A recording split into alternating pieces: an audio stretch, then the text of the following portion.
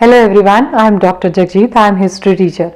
आज हम BA3 5th semester इसका HCP history and culture of Punjab, इसका chapter 1 foundation of British rule in Punjab. तो ये पंजाब में जो ब्रिटिश रूल इस्टेब्लिश हुआ 1849 में हुआ, ये पार्ट 1 में हमने किया। पार्ट 1 में हमने बोर्ड ऑफ एडमिनिस्ट्रेशन के बारे में पढ़ा और ये आज हम जो करेंगे ये पार्ट 2 है।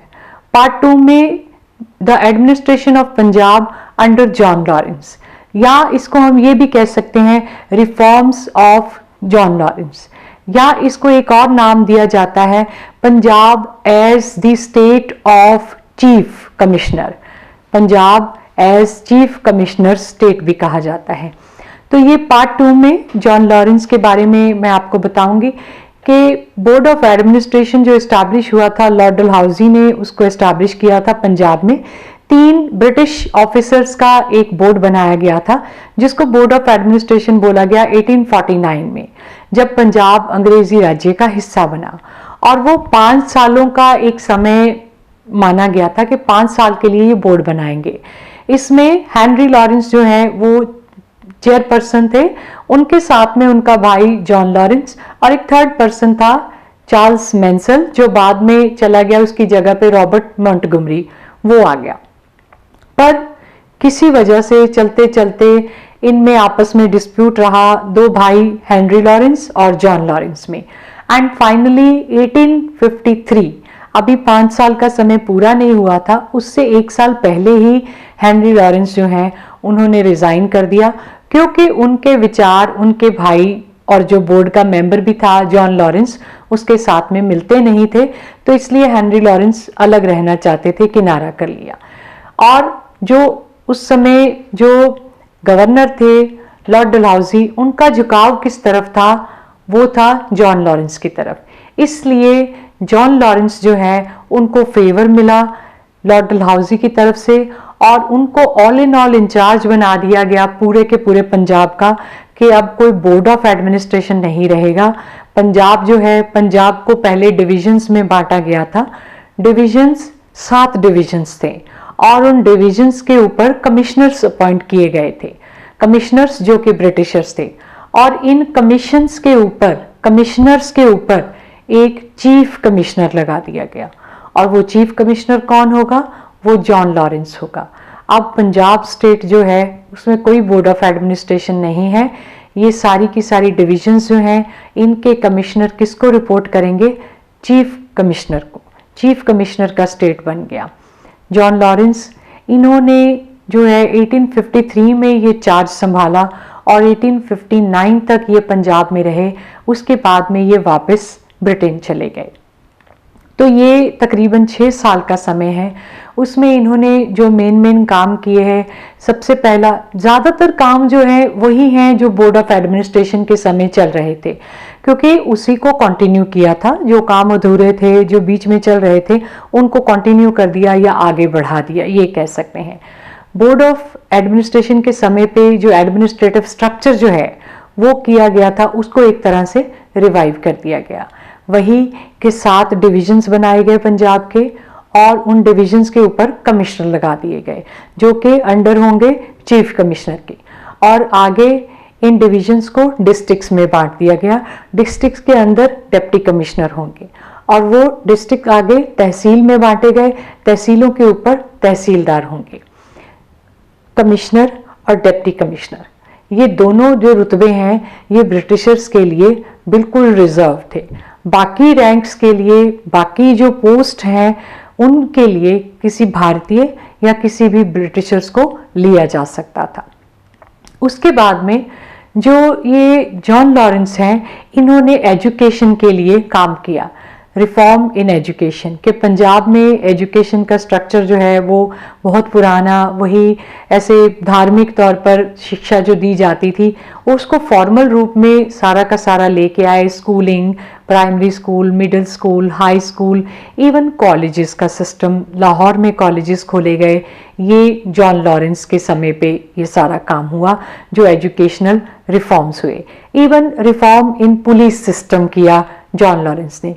पुलिस का सिस्टम पहले चौकियां होती थी, छोटी छोटी चौकियां, अब प्रॉपर पुलिस स्टेशंस बनाए गए डिस्ट्रिक्ट्स के अंदर, और जो डिविजन्स हैं उनके अंदर प्रॉपर हेड क्वार्टर्स जो हैं वो एस्टैब्लिश किए गए, और इन हेड क्वार्टर्स के अंदर सुपरिंटेंडेंट ऑफ पुलिस अपॉइंट किए गए, जो कि अगेन ब्रिटिश ऑफिसर होंगे, और उससे लोअर रैंक के जो बंदे होंगे जो वो हैं वो भारत के अंदर जो पढ़े लिखे व्यक्ति हैं, जो कोई योग्यता रखते हैं पुलिस में भर्ती होने की, उसके अकॉर्डिंग उनको भर्ती कर लिया जाएगा।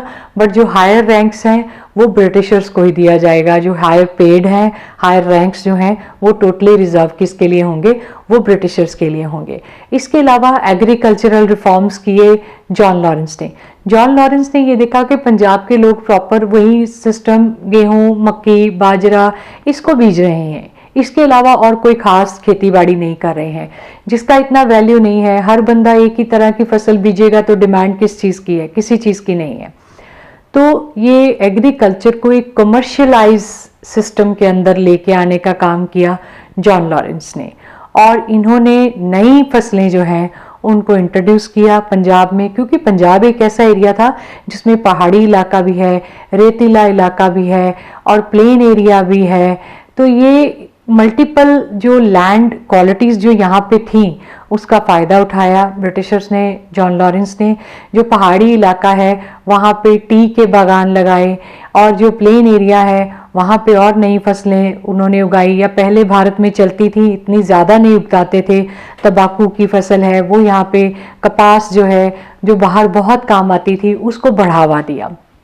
इसके अलावा जुडिशियल सिस्टम में जो इम्प्रूवमेंट किया, जो रिफॉर्म किए जॉन लॉरेंस ने, उन्होंने जो अदालतें हैं, फौजदारी दीवानी अदालतें, वो अलग से इस्टेब्लिश कराईं, और उनके लेवल्स इस्टेब्लिश कराएं कि कितने लेवल तक का जो है तहसीलदार की अदालत है, फिर डिप्टी कमिश्नर की अदालत है, फिर लास्ट में जो सारा का सारा जुडिशियल सिस्टम का लास्ट जो सोर्स होगा वो चीफ कमिश्नर होगा। इसके अलावा जो नॉर्थ वेस्टर्न फ्रंटियर एरिया जो है उसमें सिक्योरिटी का काम जॉन लॉरेंस के समय के पुराने किलों को रिपेयर करा दिया और नए किले बनाए, नए फौजी जो है वहाँ पे तैनात किए, नए हथियार वहाँ पे तैनात किए, नए हथियार रखवा दिए, रोड सिस्टम को डेवलप किया, ट्रांसपोर्ट के लिए नए नए व्हीकल्स वहाँ पे लेके आने की कोशिश की गई। इसके अलावा जो ये कनेक्टिविटी बनाई गई कि बहुत ज़्यादा जल्दी से जल्दी सैनिकों को नॉर्थ वेस्टर्न फ्रंटियर एरिया में भेजा जाए, तो ये सारा काम जॉन लॉरेंस के समय हुआ। इसके अलावा ठगों का खात्मा, कुछ ऐसे लोग थे जो बहुत ठगी करते थे या डाकू कहे जा सकते हैं, लूटपाट का काम करते हैं, वो सारा का सारा जॉन लॉरेंस ने ये देखा कि सिक्योरिटी और पीसफुल माहौल में जो दिक्कत क्रिएट कर रहे हैं उसको ख़त्म करना बड़ा ज़रूरी था।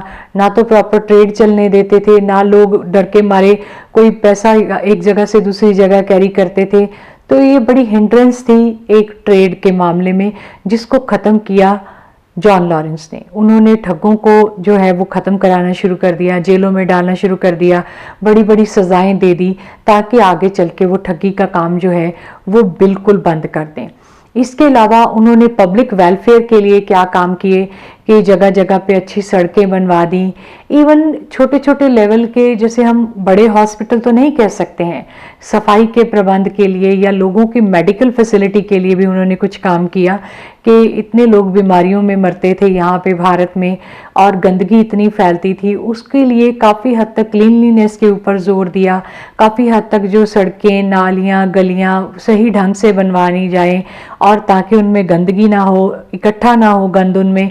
इसके अलावा लोगों की हेल्थ का ध्यान रखा जाए, वो बीमार पड़ते हैं, बीमारी ज़्यादा ना फैल जाए, उसको रोकने के लिए मेडिकल फैसिलिटी का भी काफ़ी हद तक जो काम है वो जॉन लॉरेंस के अंडर हुआ।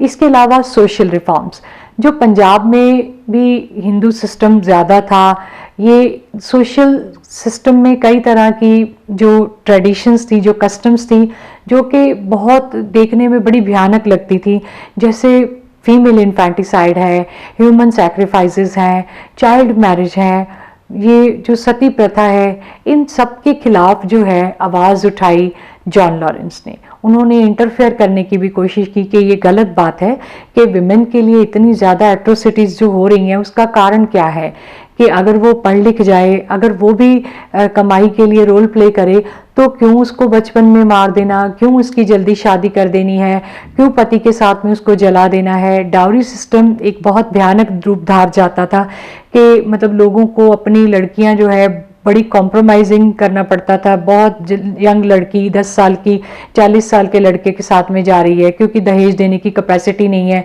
अपनी एज वाला लड़का नहीं मिलेगा।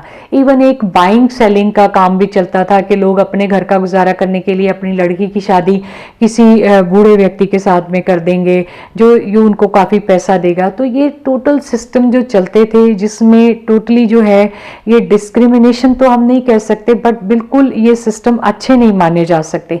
इसके लिए जॉन लॉरेंस ने स्पेशल इंटरफेयर किया कि पंजाब के लोगों को समझाने की कोशिश भी की, इवन उनको लॉ के अंडर भी लाने की कोशिश की, पनिशेबल करने की कोशिश की कि अगर इन चीज़ों को नहीं छोड़ा तो पनिशमेंट दिया जाएगा, ताकि लोगों को ये समझ में आए कि अगर हम इन चीज़ों को कंटिन्यू करेंगे तो हमें पनिशमेंट जो है वो बेयर करना पड़ेगा। इसीलिए पंजाब में काफ़ी हद तक ये जो सोशल रिफॉर्म्स जो हैं वो आगे बढ़ गए। पंजाब के लोगों को काफ़ी डर लगा कि हम फंस ना जाएं, हमारे पे सज़ा ना आ जाए, इसलिए ये चाइल्ड मैरिज, ये सती प्रथा और इसके अलावा जो फीमेल इन्फेंटिसाइड है ये काफ़ी कम हो गई थी धीरे धीरे। These are all the reforms of John Lawrence. या चीफ कमिश्नर का जो स्टेट रहा पंजाब जॉन लॉरेंस का, उसमें ये सारी की सारी एडमिनिस्ट्रेटिव वर्क्स थे that were done by John Lawrence. Thank you.